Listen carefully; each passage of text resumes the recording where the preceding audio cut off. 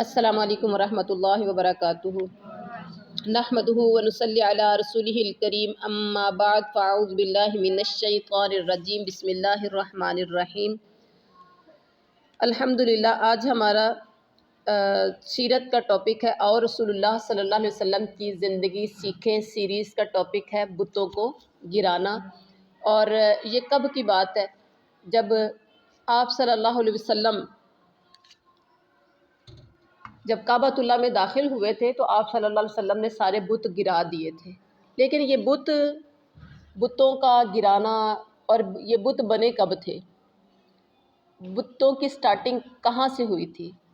پوری دنیا میں لوگ حجروں کو، شجروں کو، قبروں کو مانتے ہیں۔ آخر یہ کسی نہ کسی نے سے تو سب سے پہلے سٹارٹ کیا تھا، کہیں نہ کہیں سے تو اس کا آغاز ہوا تھا۔ اور یہ جب سٹارٹ ہوئے تو یعنی دنیا کی میں یہ بت پرستی کی تاریخ جو ہے نا، اس کی سٹارٹنگ کہاں سے ہوئی، یہ بہت پرانی تاریخ ہے۔ کوئی آج کا واقعہ نہیں ہے کہ آج کے لوگ اگر حجروں شجروں قبروں کو مانتے ہیں۔ حالانکہ نبی ہر زمانے میں لوگوں کی ہدایت کے لیے دنیا میں آتے رہے، لوگوں کو سیدھا راستہ دکھانے کے لیے آتے رہے، اور ایک اللہ کی طرف یعنی لا الہ الا اللہ کی دعوت دینے کے لیے ہر دور میں نبی آئے ہیں، اور انہوں نے اللہ کی وحدانیت، آپ صلی اللہ علیہ وسلم کا تو کلمہ طیبہ تھا نا، لا الہ الا اللہ محمد الرسول اللہ، تو ہر نبی کا کلمہ الگ تھا۔ فرسٹ پارٹ جو تھا نا، لا الہ الا اللہ، اتنا سب کا سیم تھا۔ جیسے آدم صفی اللہ، عیسیٰ روح اللہ، لا الہ الا اللہ، موسیٰ کلیم اللہ، لا الہ الا اللہ، ابراہیم خلیل اللہ، یعنی لا الہ الا اللہ کہ اللہ کے علاوہ کوئی معبود نہیں، کوئی عبادت کے لائق نہیں، یہ سب نبیوں کا کلمہ رہا ہے۔ وقت گزرنے کے ساتھ ساتھ لوگ سیدھا راستہ چھوڑ کر شرک اور بت پرستی اپناتے رہے ہیں، اور اللہ کے نبی حضرت آدم کی وفات پر شیش ایک نبی تھے، ان کی وفات پر شیش اور ان کی اولاد نے انہیں ایک غار میں دفن کر دیا۔ کنہیں دفن کیا؟ حضرت آدم کی جب وفات ہو گئی تو کہیں نہ کہیں دفن تو کرنا تھا، تو ان کی اولاد نے انہیں ایک غار میں، غار کیا ہوتی ہے؟ پہاڑ کی طرح، پہاڑ کے اندر غار ہوتی ہے، ایک غار میں انہوں نے دفن کیا۔ اللہ کے نبی شیش کی اولاد اپنے دادا کی قبر پر جا کر انہیں یاد کیا کرتی تھی۔ قابیل کے بیٹے ہنوک نے اپنے بھائیوں سے کہا، شیش کی اولاد کے پاس آدم کی قبر ہے، شیش کی اولاد کے پاس آدم کی قبر ہے، جو انہوں نے کہاں دفن کیا تھا؟ ایک غار کے اندر ان کی قبر بنائی تھی، جہاں وہ اپنے دادا کی یاد میں جاتے ہیں، جبکہ ہمارے پاس ایسا کچھ بھی نہیں ہے۔ یہ کس نے کہا؟ قبیل کے بیٹے نے کہا اپنے بھائیوں سے کہ ہمارے دادا کی قبر کس کے پاس ہے؟ شیش کی اولاد کے پاس ہے، جبکہ ہمارے پاس نہیں ہے۔ وہ اپنے دادا کی قبر کے پاس جاتے ہیں ان کو یاد کرنے کے لیے، ہم نہیں جاتے۔ ہنوک نے پہلے اپنے خاندان کے لیے لکڑی سے ایک بت تراشا ہنوک نے، اور وہ کس لیے؟ تاکہ وہ آدم کی یاد میں اس بت کے پاس جا سکے، آدم کی یاد میں۔ اس طرح ہنوک بن قابیل نے پہلا بت بنا دیا۔ وہ بت کس لیے بنایا تھا؟ ہنوک نے، قبیل کے بیٹے ہنوک نے بنایا تھا، کس وجہ سے؟ کہ دادا یاد آتے رہے۔ صدیاں گزرنے کے بعد انسانی آبادی اور نسل بڑھتی گئی، صدیاں گزر گئیں اس کام کو۔ اس زمانے میں انسانی عمر بھی سینکڑوں سال ہوا کرتی تھی، بہت لمبی لمبی عمریں ہوا کرتی تھی اس زمانے میں، اور ود، سواع، یغوث، یعوق اور نصر بڑے نیک لوگ تھے۔ یہ قرآن پاک میں بھی ان کا تذکرہ آیا ہے، جو باری باری ایک مہینے کے اندر ہی وفات پا گئے تھے۔ ود، سواع، یغوث، یعوق، نصر، ان کے لوگوں میں نیک ہستیاں تھیں، بزرگ تھے، اللہ والے تھے، لوگ ان کو بہت نیک نامی سے یاد کرتے تھے. وہ فوت ہو گئے باری باری ایک ہی مہینے کے اندر. ان نیک لوگوں کی وفات سے ان کی قوم بہت غمگین ہو گئی. ہم میں بھی ایسا ہوتا ہے. قابیل کے ایک بیٹے نے ان سے کہا کہ تم لوگ اپنے پیاروں کے چلے جانے کا تمہیں بہت غم ہے، کیوں نہ میں تمہیں ان کی تصویریں بنا دوں جنہیں دیکھ کر تم خوش ہو جاؤ. تصویریں دیکھ کے تو یاد تازہ رہے گی. آج کل بھی ہم اپنے گھروں میں تصویریں رکھتے ہیں اپنے دادا کی، دادی کی، نانا کی، نانی کی، کس لیے؟ دیکھ کے یاد آ جاتی ہے. ایسے ہی ہے. اور سیانے لوگ کہتے ہیں، جو پڑھے لکھے سمجھدار ہیں، وہ کیا کہتے ہیں کہ اس کی نسل ہی اصل میں یاد ہوتی ہے، تصویریں رکھنے کی ضرورت ہی نہیں ہے. تو ہاں، کچھ لوگ نشانی رکھ لیتے، کوئی کپڑا، کوئی جوتا، کوئی برتن، کوئی چیز اس طرح سے. ہاں، وہ خود نشانیاں نہیں ہیں، وہ چیزوں کو نشانیوں کے طور پر رکھ لیتے ہیں. تو اس نے کہا کہ ایسا کریں، ان کی تصویریں بناؤ جنہیں دیکھ کر تم خوش ہوتے جانا. میں تمہیں تصویریں بنا دیتا ہوں، مورتیاں بنا دیتا ہوں. اس نے ان 5 لوگوں کی تصویریں بنا دی، 5 لوگوں کی مورتیاں بنا دی، بت بنا دیے، اور انہیں جگہ جگہ رکھ دیا. ایک کو ادھر رکھ دیا، ایک ادھر رکھ دیا، ایک ادھر رکھ دیا، ایک ادھر رکھ دیا. ٹھیک ہے جی. اس طرح سے لوگ ان لکڑی پر بنی ہوئی تصویروں کے پاس جاتے اور اپنے رشتہ داروں کو یاد کرتے رہتے. ایسا کئی نسلوں تک ہوتا رہا. لوگ اپنے بزرگوں اور رشتہ داروں کو عزت اور محبت سے یاد کرتے رہے. آہستہ آہستہ لوگوں نے ان کی عبادت کرنا شروع کر دی. آہستہ آہستہ ان کی عبادت شروع کر دی. یہ قوم قابیل کی اولاد تھی. حابیل قابیل، تو قابیل نے قتل کیا تھا اپنے بھائی حابیل کو، تو یہ قابیل کی قوم تھی، قابیل کی اولاد تھی. اللہ تعالیٰ نے اپنے نبی حضرت ادریس کو اس قوم کی طرف بھیجا. حضرت ادریس نے ان لوگوں کو سمجھایا کہ تم ان تصویروں، بتوں کی عبادت نہ کرو، ایسا کرنا شرک ہے. اس قوم نے حضرت ادریس کی کوئی بات نہ مانی. جو جم چکے ہوئے تھے، باپ دادا کو ایسا کرتے ہوئے دیکھتے آ رہے تھے، ایک دوسرے کو وہ ایسا چھوڑ سکتے تھے کام؟ بہت مشکل تھا. اس کے بعد اللہ کے نبی حضرت نوح آ گئے. انہوں نے بھی لوگوں کو بتوں کی عبادت کرنے سے منع کیا. اب تک وہ بڑے سخت ہو چکے تھے عبادت میں، بتوں کی عبادت میں بڑے سخت ہو چکے ہوئے تھے. اس بات کا ہرگز مطلب یہ نہیں ہے کہ سب لوگ ہی بت پرست تھے، بلکہ اس زمانے میں بھی لوگ اللہ کے دین پر عمل کرتے تھے. کچھ بت پرست تھے، کچھ اللہ والے تھے، جیسے آج کل بھی چل رہا ہے. 5 انگلیاں جیسے برابر نہیں، ایسے لوگ بھی برابر نہیں تھے. حضرت نوح نے اللہ کا حکم ماننے والوں کو اپنی کشتی میں سوار کیا، اور اس وقت حضرت نوح کی عمر 600 سال تھی. کتنی تھی؟ 600 سال تھی. جب اللہ کا دین ماننے والے کشتی میں سوار ہو گئے تو پانی نے ساری زمین کو اپنی لپیٹ میں لے لیا اور سیلاب آ گیا. یہ بھی آپ نے سارا واقعہ بھی سنا ہوگا. سیلاب نوح میں پہاڑوں پر رکھے ہوئے لکڑی کے تختے، جن پر تصویریں بنی ہوئی تھی، جن بزرگوں کو وہ یاد کرتے تھے دیکھ دیکھ کر، اور لوگوں نے ان کی عبادت شروع کر دی تھی، پانی میں بہہ گئے. ان کے رب پانی میں ڈبکیاں لگانا شروع ہو گئے. پانی کی لہریں انہیں ادھر ادھر لے جاتی رہیں. جب پانی اترا تو یہ تختے جو تھے کشتی کے،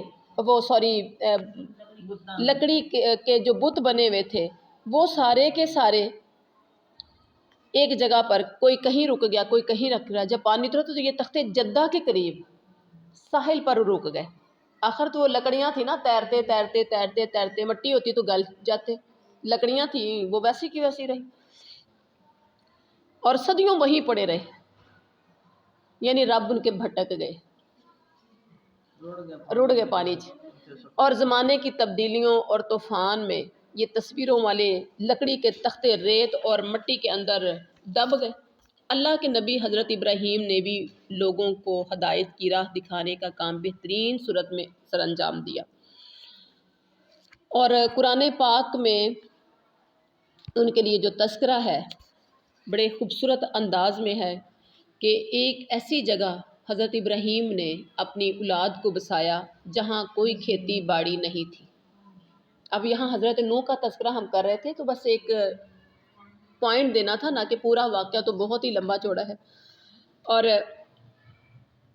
وہاں ورنہ کوئی کھیتی باڑی نہیں تھی جہاں پر حضرت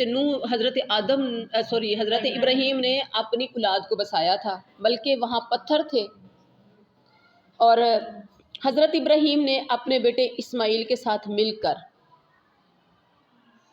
اللہ کا گھر بنایا، اور اللہ تعالیٰ نے اس کا بڑا خوبصورت انداز میں تذکرہ کیا کہ ربنا انی اسکنت من ذریتی بواد غیر ذی زرع عند بیتک المحرم ربنا لیقیموا الصلاة فاجعل افئدة من الناس تهوی الیہم وارزقهم من الثمرات لعلهم یشکرون۔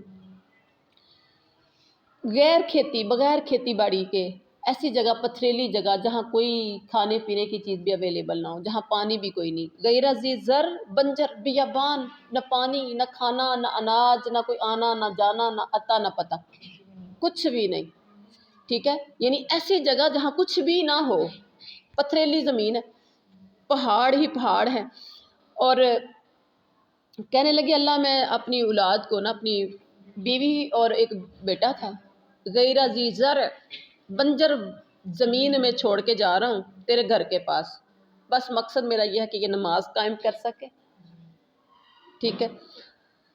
اور اس کے بعد پھر ایک وقت آیا، فوراً تو نہیں، ایک وقت آیا، حضرت ابراہیم کے بیٹے اسماعیل جوان ہو گئے، پھر چکر لگایا، اور اللہ کا گھر باپ بیٹا نے وہ گر رہا تھا، پرانا ہو رہا تھا، پھر اس کو بنا دیا، اور جب گھر بنایا، باپ نے مستری کا کام اور بیٹے نے مزدور کا کام سر انجام دیا، تو اللہ تعالیٰ نے اس کا بھی تذکرہ کیا کہ ابراہیم اور اسماعیل جب کعبہ کی بنیادیں اٹھا رہے تھے تو ساتھ ساتھ کیا کہہ رہے تھے، ربنا تقبل منا، یا اللہ یہ نیکی کا کام ہم نے کر دیا، اللہ قبول تو کر لے۔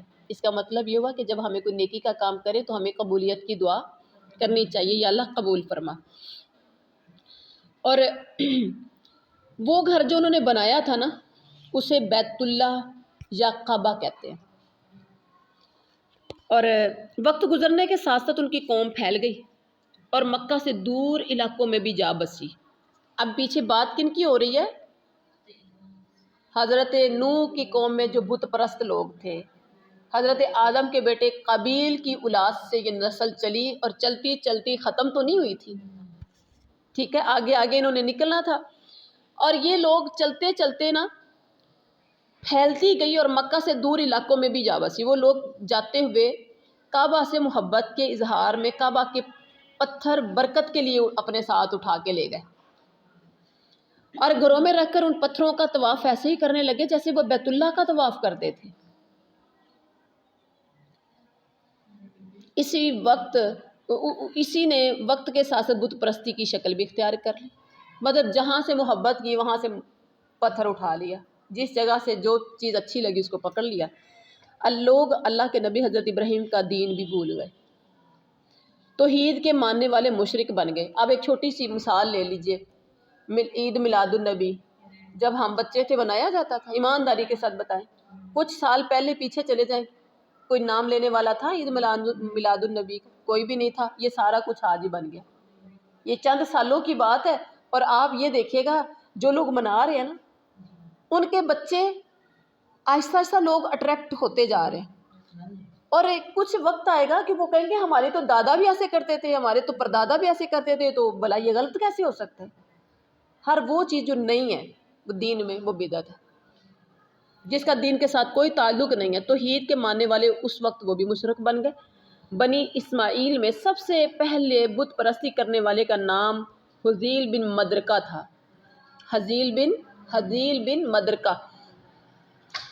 ایک زمانہ گزرنے کے بعد مکہ میں بنی جرہم قبیلے کی حکومت تھی۔ بنی خزاع کے عمر بن لہی نے بنی اسماعیل کے ساتھ مل کر بنی جرہم کو شکست دی اور انہیں مکہ سے نکال دیا۔ اس کے بعد عمر بن لہی کعبہ کا متولی بن گیا، کعبے کا متولی، جب اس نے سب کو نکال دیا تو پھر خود متولی بن گیا۔ کچھ عرصہ گزرنے کے بعد عمر کو ایک بیماری نے آ لیا، عمر بیمار ہو گیا، اسے مشورہ دیا گیا کہ ملک شام میں بلقا کا مقام ہے، بلقا جگہ کا نام ہے، وہاں پر چلا جائے، وہاں ایک چشمہ ہے، اگر وہاں سے وہ غسل جا کے کرے گا تو اس کی بیماری ختم ہو سکتی ہے۔ یہ کس کو مشورہ دیا گیا؟ عمر بن لہی کو۔ اب وہ اس نے ایسا ہی کیا، وہاں گیا، اس چشمے سے اس نے غسل کیا، واقعی وہ تندرست ہو گیا۔ اس نے دیکھا کہ بلقا کے لوگ، وہاں کے جو لوگ تھے وہ بتوں کی عبادت کرتے ہیں۔ اس نے وہاں دیکھا کہ بلقا کے لوگ بتوں کی عبادت کر رہے ہیں۔ یہ سب عمر کے لیے تو نیا تھا، اور وہ بتوں اور لوگوں کو ان کی عبادت کرتے ہوئے غور سے دیکھتا رہا کہ یہ کیا کر رہے ہیں۔ عمر نے ان سے پوچھا تم لوگ کیا کر رہے ہو، یہ بت کیا ہیں؟ انہوں نے اسے بتایا کہ یہ ہمارے ابے ہیں، ہمارے خدا ہیں، ہمارے عبادت کے لیے معبود بنائے ہوئے ہیں، ہمارے معبود ہیں، ہم ان کی عبادت کرتے ہیں، ان کو پوجتے ہیں، جیسے ہم نے خدا کی عبادت کرنی ایسے ہم ان کی بھی کرتے ہیں، یعنی یہ ہمارے خدا ہیں۔ وہ سب کچھ انہیں کو سمجھ کے بیٹھے ہوئے، بتا دیا ہم ان کے ذریعے بارش مانگتے ہیں، دشمنوں پر فتح حاصل ان کے ذریعے کرتے ہیں، دکھ تکلیف ان سے دور کرواتے ہیں، بیماری سے شفا ان سے لیتے ہیں، اولاد نہ ہو تو ان سے لیتے ہیں۔ مطلب جو جو چیزوں کی ہمیں ضرورت ہم ان کے سامنے رکھتے ہیں۔ آپ کبھی ڈراموں کے اندر یا کارٹونز کے اندر یا کبھی اس طرح سے دیکھتے ہوں گے کہ ہندو کس طرح سے یا غیر مذہب کے لوگ کس طرح سے وہ اپنے دیوتاؤں کے سامنے، بتوں کے سامنے کس طرح سے اپنے حاجات رکھتے ہیں، دیکھا ہوگا نا آپ نے کبھی۔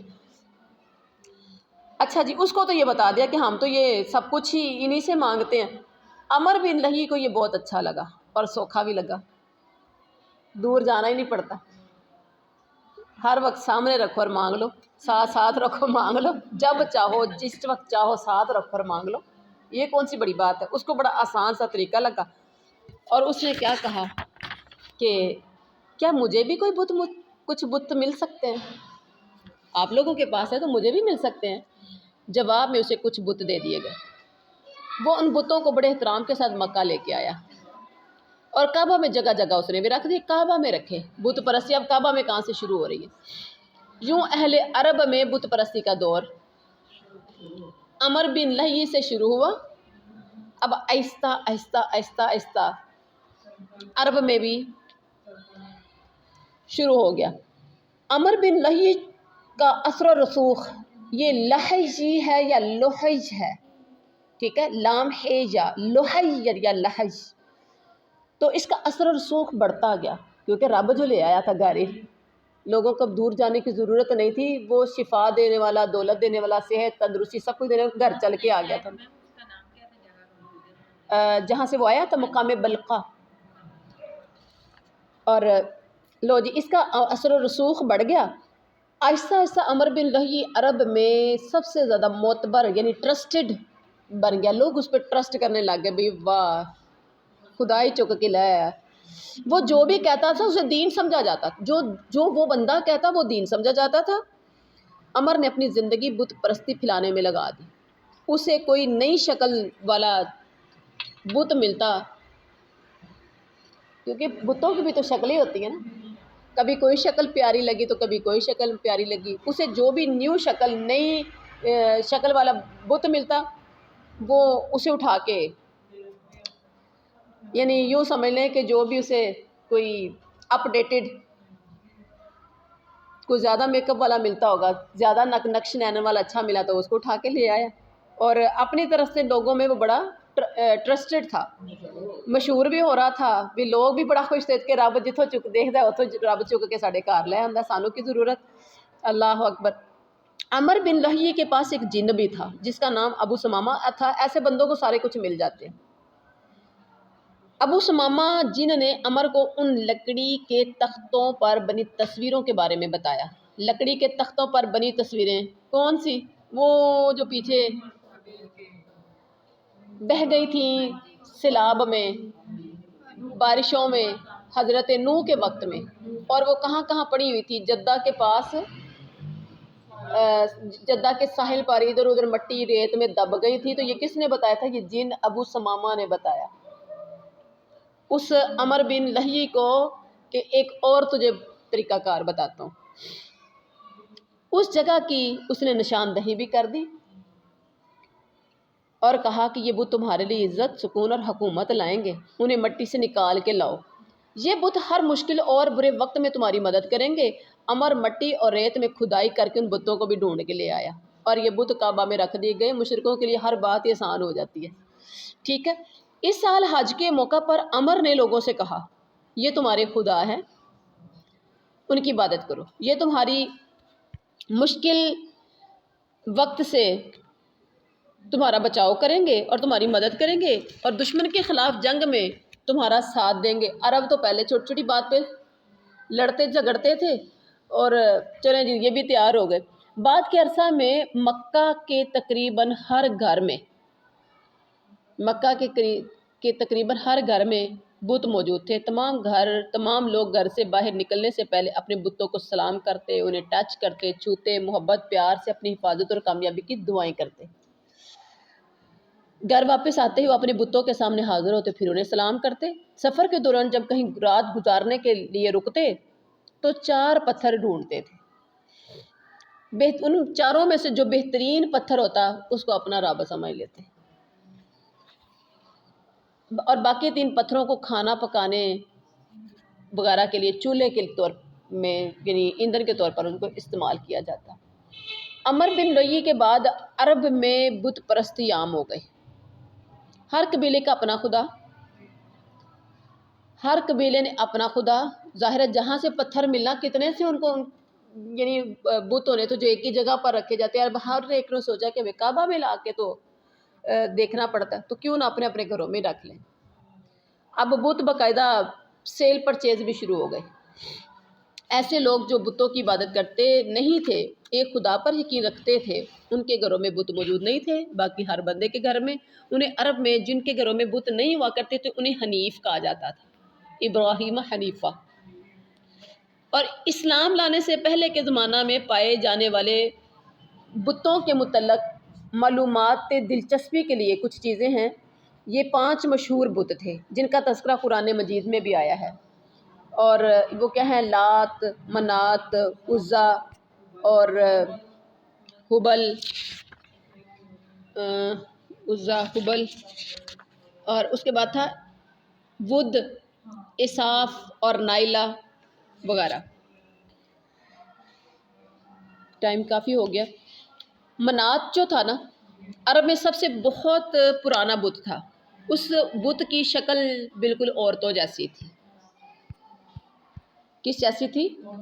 عورتوں جیسی تھی. یہ بحیرہ احمر کے ساحل پر قدید کے مقام پر نصب تھا. منات عرب کے 3 بڑے خداؤں میں سے ایک تھا. سورۃ نجم میں بھی اس کا تذکرہ آیا ہے. وہ لوگ خدا کی بیٹی کے طور پر منات کی عبادت کرتے تھے. خدا کی بیٹی کے طور پر اس کی عبادت کرتے تھے. قبیلہ بنی ازد اور بنی غسان منات کا حج بھی کیا کرتے تھے.